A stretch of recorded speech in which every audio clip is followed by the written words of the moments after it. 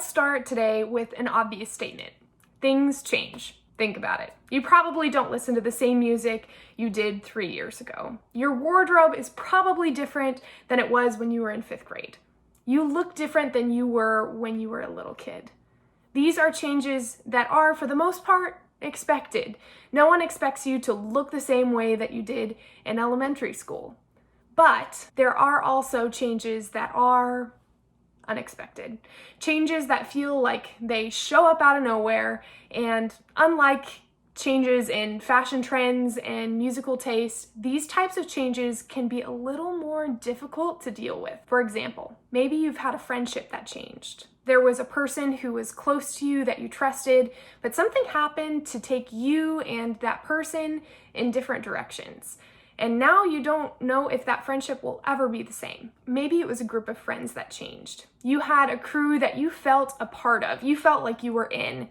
And now you feel like you're out. And now you're dealing with the new normal of trying to make new friends and figuring out how to deal with the hurt and confusion of losing the old ones. Or maybe you changed location. You moved to a different neighborhood, town, or state, and now you're figuring out that landing in a new place isn't easy to navigate. Unexpected changes have a way of disrupting our lives, and that's what we're going to talk about today. There are so many possibilities of unexpected change life can throw at us. An injury, sickness, or health challenge, unexpected financial challenges, getting cut from the team, or failing a class. Like this famous philosopher said, changes, they might drive you half insane. It doesn't matter how old you are, how much money you have, where you live, if you're famous or not, unexpected change affects all of us. And because of that, we need some sense of stability. We all want something that stays the same no matter what. Some place, person, or group that we know will be there for us when nothing else feels secure. For many of us, we've always considered family to be that thing for us. For others, family has never been a safe and secure place. But for all of us, there is the idea, either from our own experience or a belief that we've had, that family should be a constant. Even if it's not, we expect it to be. So when change happens in a family, it can be much more difficult to deal with.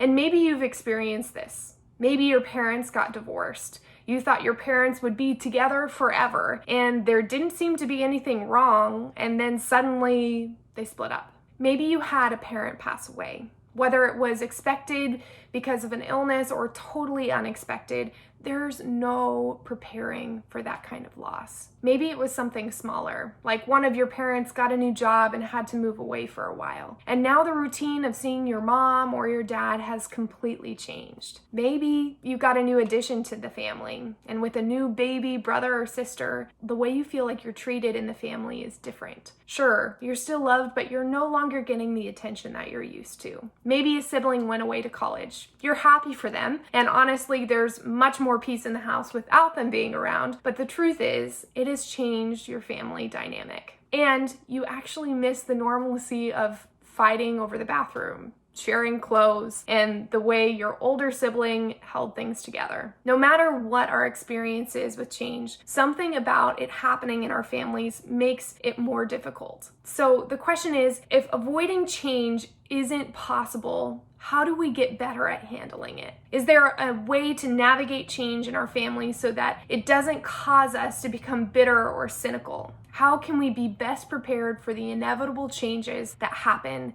in a family? When you look at the Bible, you might be surprised to see that a lot of the writers were helpful when it comes to dealing with change. In fact, the writer of the Old Testament book, Ecclesiastes, who many people believe to be King Solomon, had a lot to say about change. Solomon was an ancient king of Israel, and God blessed him with incredible wisdom. In fact, he is commonly known as the wisest man who ever lived. You may be thinking, I'm glad that an ancient king from a place that I've never been was wise, but what does that have to do with change in my family? I'm glad you asked. In the passage we're going to look at today, Solomon is writing about some things he's observed in his lifetime, and that includes change. Check it out. There's a time for everything, and a season for every activity under the heavens, a time to be born and a time to die, a time to plant and a time to uproot, a time to kill and a time to heal, a time to tear down and a time to build, a time to weep and a time to laugh, a time to mourn and a time to dance, a time to scatter stones and a time to gather them, a time to embrace and a time to refrain from embracing, a time to search and a time to give up, a time to keep and a time to throw away, a time to tear and a time to mend, a time to be silent and a time to speak, a time to love and a time to hate, a time for war and a time for peace. It's a very poetic way of saying, everyone get ready, change is coming, it is going to happen. Nothing stays constant. The things you're experiencing today will look different tomorrow. This is the world we all live in, so we might as well get used to it. In some ways, this seems kind of depressing. I would love to hear that there's a way that I could make change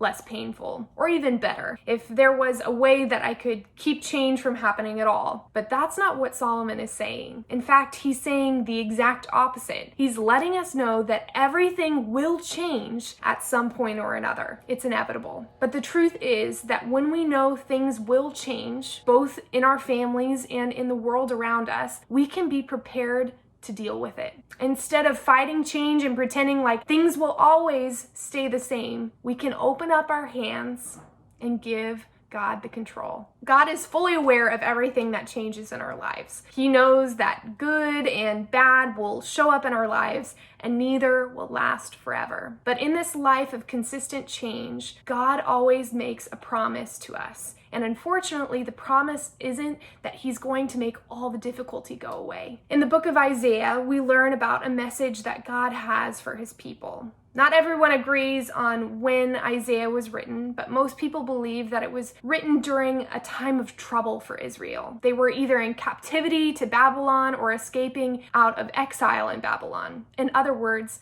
their world was falling apart. They had been forced to leave their homes and live in a land where people who spoke a different language, worshiped different gods, and were hostile to their way of life. Everything that felt safe, secure, and stable all of a sudden wasn't. And in the midst of that, this is what God said to his people. When you pass through the waters, I will be with you. And when you pass through the rivers, they will not sweep over you. When you walk through the fire, you will not be burned. The flames will not set you ablaze. Imagine the comfort that must have brought the people hearing it. When everything around them was changing, God wasn't. The same is true for us. In every single moment and season of change, including family change, God will be with us. He is walking through the difficulty with us. We are never alone. God is never caught off guard by the changes in our lives. And if he has promised to be with us, then that must be exactly what we need. We can't control the people in our families. And as much as we want our families to be stable and constant, it doesn't always happen. So since we can't stop change and we can't control people, what do? Well, we can start by focusing on our mindset, on our thinking, on our attitude, and our perspective. We can change the way we look at change. Think of it this way. When your family changes, your mindset matters. When someone in your family moves out, your mindset matters. When someone in your family moves in, your mindset matters. You can't control the external circumstances, but you can work on your attitude and perspective. You can remember that God is with you even when they're not. Here are a few steps to help you work on it. Number 1, understand that change will happen. This is why the passage in Ecclesiastes we heard about earlier is so powerful. There's a time for everything. Change is bound to happen. Understanding that doesn't make change easy to handle, but at least we know now that it's a reality of life that everyone deals with it. Number 2, know that God is with you. Like it says in Isaiah, whether you pass through the waters or walk through the fire, God will not leave you alone. And whatever change you face in your family, he will be right there with you, helping you and comforting you. And number 3, trust that God can use the change to change you. God can use our time of transition and adjustment to grow us in ways we may have never expected. God can do something in and through our time of change, but we have to think long term. However bad it feels right now, it won't feel this way forever. When we have a long-term view, we know there's something after this. We just might not see it yet. God isn't done yet. And if we can begin to see change this way, we can embrace it as something that can take us somewhere good. Change has the potential to be something that causes us to grow, mature, and become more of who God designed us to be. Without question, change is difficult.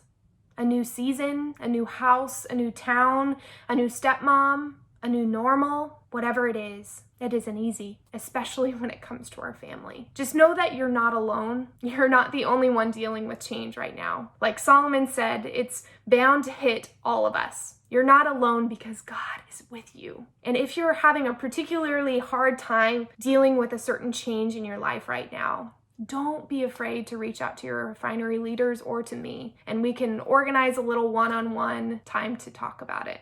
When your family changes, your mindset matters. So let's ask God for the strength and grace to help us get our mindsets in the right place. Let's pray. God, we thank you so much for this lesson tonight, and I think it's so valuable to us to know that within our families and within our world right now, that change is going to happen. And so we just need to prepare for that and trust you in that and go to you whenever these things happen. God, thank you for helping us understand that what we can do is fix our mindset, and to fix our mindset on you, and that you can use this to grow us, and that this feeling won't last forever. Thank you for how you love us. In your name, amen.